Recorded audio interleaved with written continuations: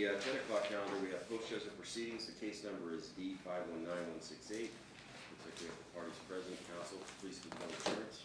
Your Honor, for the plaintiff on position for first one present. May I state your name, please? Danielle Tyra. Ms. Tyra, the court decided this matter with a findings in order. You filed a motion to set aside the order, and that motion was opposed. That's what we're here for today. In addition to what's in your paperwork, is there anything else you want to tell the court? Absolutely. I have 2 CDs here to prove that. I'm sorry? I'm waiting. Okay. I have 2 CDs to prove that I have not been calling and harassing anybody. You won't find my number calling anyone. I got the 3 numbers I do know on the CDs I got from February 1st until March 20th on these 2. And I would like to, these pictures, my son was bitten by a dog, his hand. And I have the proof of the pictures right here and the text that Jason sent. The dogs that he's got at that home aren't child friendly. The day before they were playing with the dogs, he said he did it from a tree. And these pictures will show another, it's pretty bad. My son wanted to go to the doctors. Jason, his hand was hurting. There's green up his hand. You can see the clear bites right here, the holes in his hand from the pictures. Can I hand you the pictures? No. Actually, your request is essentially asking the court to reconsider its order that was entered after the evidentiary hearing, not to introduce new evidence. Oh, okay. Now, stop, listen to me, okay? If you cannot persuade this court to essentially revisit the findings and conclusions, your options are to essentially appeal to the Court of Appeals or the Supreme Court, alleging that there's either insufficient proof supporting the decision or that the court has abused its discretion somehow in entering the order. That's what your rights are, okay? Okay. Now, arguing stuff that happened since the decision clouds the issue a little bit because the court can't reconsider or set aside the order on new evidence. The court retains jurisdiction throughout the minority of the child to deal with changes in circumstance. We know what that is because you have been before the court several times on evidentiary proceedings, the initial trial, and then the most recent evidentiary proceedings. So you know that things that happened since the last custodial order are part and parcel of the continuing jurisdiction of the court. You need to focus your comments on the request to set aside the order. Okay. Now, in your papers, you basically say that the court should set aside the order because the documentation concerning absences was mistaken, right? Yes. All right. Now, they filed an opposition and said that either before or after the evidentiary proceeding, or after they obtained the documents, you went to the school district and you had the records changed to show that many of those absences were excused, right? No, Your Honor, Well, that's not why I right. just want you to respond to that allegation because you didn't reply to the opposition. The opposition was filed on March 15, 2017, and in that was one of the points that you made. Is that right, Mr. Root? Yes. All right, so I'm giving you a chance to make a record concerning what they've alleged as far as, because obviously the court explained in a written decision what the basis was for the change. One of the factual findings was the issue of attendance. Yes. Since the last custodial order.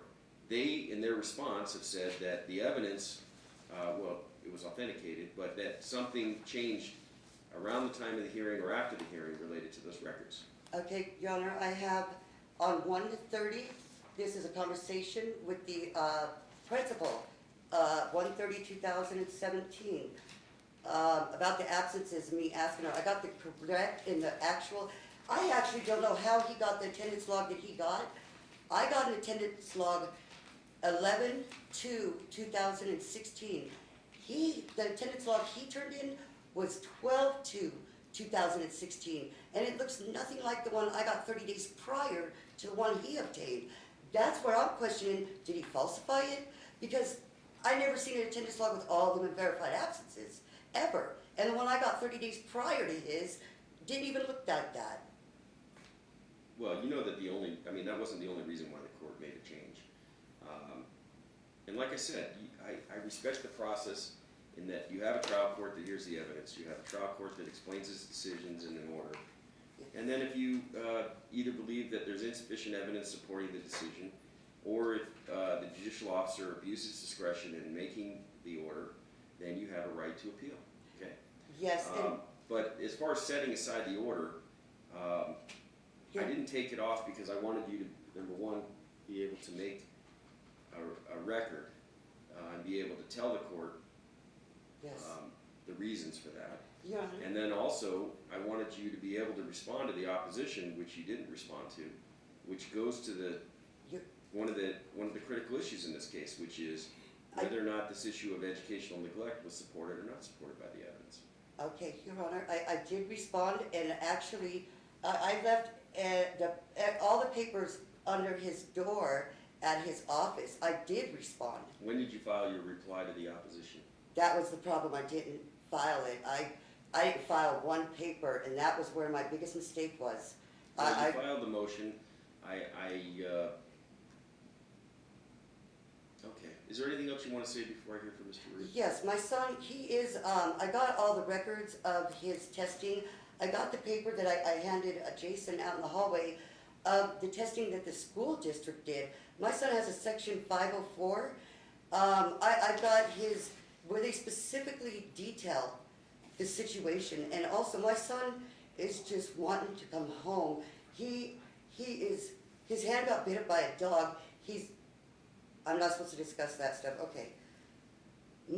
Yeah, it's in plain error. They just filed an answer on Thursday, which was the 16th, I believe. 15. 3 days before court. I mean, that right there should be default. I think that's correct. This whole time, and they just now, 3 days before court filed. Well, that's one of the considerations that the court weighed in allowing you to orally respond to their response, which is this notion that you went and had and effected a change in the school records since they were obtained by the plaintiff. So that's one of the reasons why I didn't say you cannot respond to that allegation because of the timing of the opposition. Also, the principal of the school left a note, a sticky tab, and I turned that in as evidence, the original. She informed the attorney that the absences were under review for changes that should have been done a long time ago. I've been in a battle with this school district for a while, but as far as my behavior with the school district, both of the due process hearings have been reversed. So we're doing another due process hearing because they were in error of dismissing all of that. I'm not in any way combative with the school. I'm sorry about that. Yeah, it's all in plain error. It was falsified, absolutely. The attendance was false. I don't neglect my son. I never have. I never neglected my child. But he was informed, and he still went ahead and told you that that was the actual attendance, which it's not. I have the actual attendance right here with me, and they weren't made after the court date at all. This was done before the court date, which is why I believe that they falsified the attendance log, because I have an attendance log 30 days before Jason obtained that one that's dated, and it doesn't have all the verified absences. Well, does it really matter to you whether the absences were verified or unverified when they're in the number that was reported? Well, actually, yeah, because if they're all unverified and no good reason to have your kid absent, yeah, that's absolutely neglect. Every single one is circumstantial or medically excused, and my son's blood pressure, and I turned in a blood pressure log from the school, they would call me to come and get him because his blood pressure dropped, and it wasn't because of the medication. It was a 2-month process with the pediatrician. We went from 4 milligrams of clonidine down to 2 milligrams as a precaution to be certain that it was not. I stopped giving him the Intuitive in the morning, and I gave it to him after school, and he was still falling asleep. So we know now that it's not the medication. I was doing everything strictly under the pediatrician's orders. Then I would have to take him to his medication doctor, and that's what added up all the absences. Well, you read the order, right? Yeah, I did. I was able to. So you know that the court talked about the problems with custody exchanges since the decision on the trial. The court talked about the issue with you posting on a school platform a threat to the teacher that resulted in you being kept from the school, Your Honor, which also coincided with the absences of the child.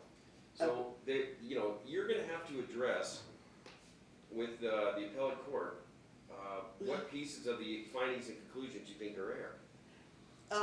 Yeah, the reason that they trespassed me off of the school property, the teacher was ignoring my son falling asleep, okay? And I called the school police to come with me. And yes, I was angry. My son, his blood pressure was dropping, and she was ignoring it. Nobody would do nothing.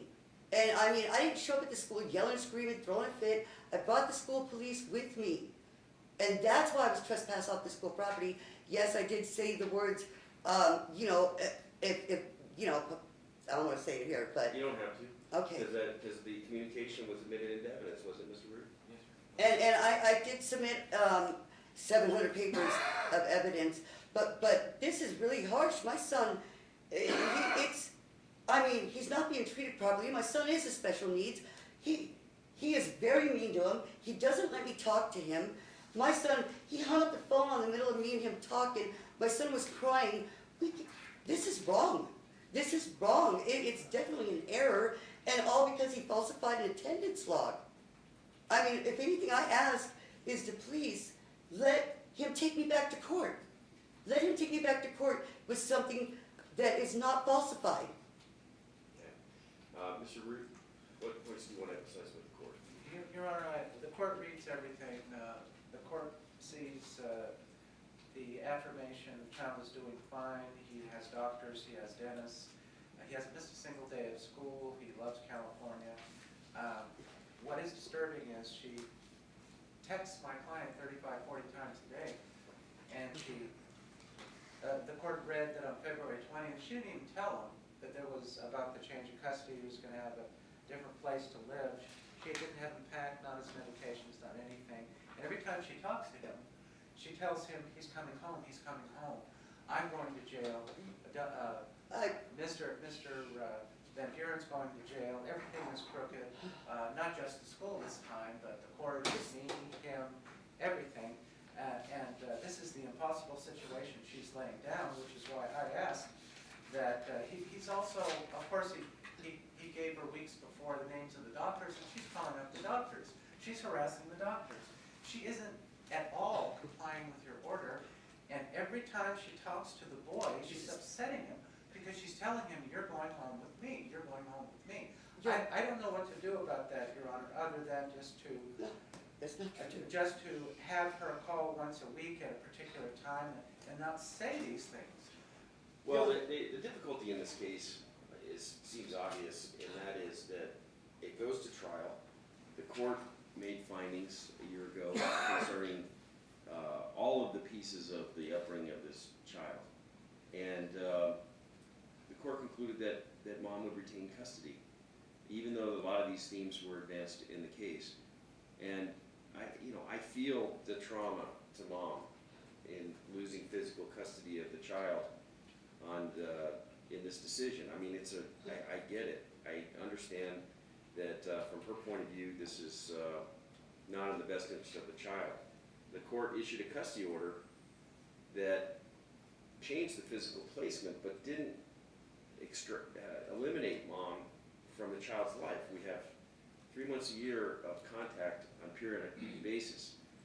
Ms. Tyra is at risk of, making decisions or doing things in the case that could threaten her ability to have that meaningful relationship with the child.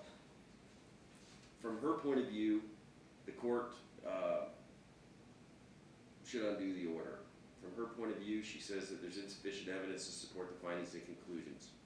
In this particular case, because of the special needs of the child, because of the facts and circumstances of this case, I took care in the original instance and then in the recent evidentiary proceeding to write out all the findings and conclusions of the court to explain what the reasons were. So anybody who looks at this case, in addition to the record, which would show the testimony and the other evidence that was considered by the court, there's no question as to what the court based its decision on. And if an appellate court determines that there's insufficient evidence to support the decision, or if there's an abuse of discretion, then the court will be advised that the matter should be revisited.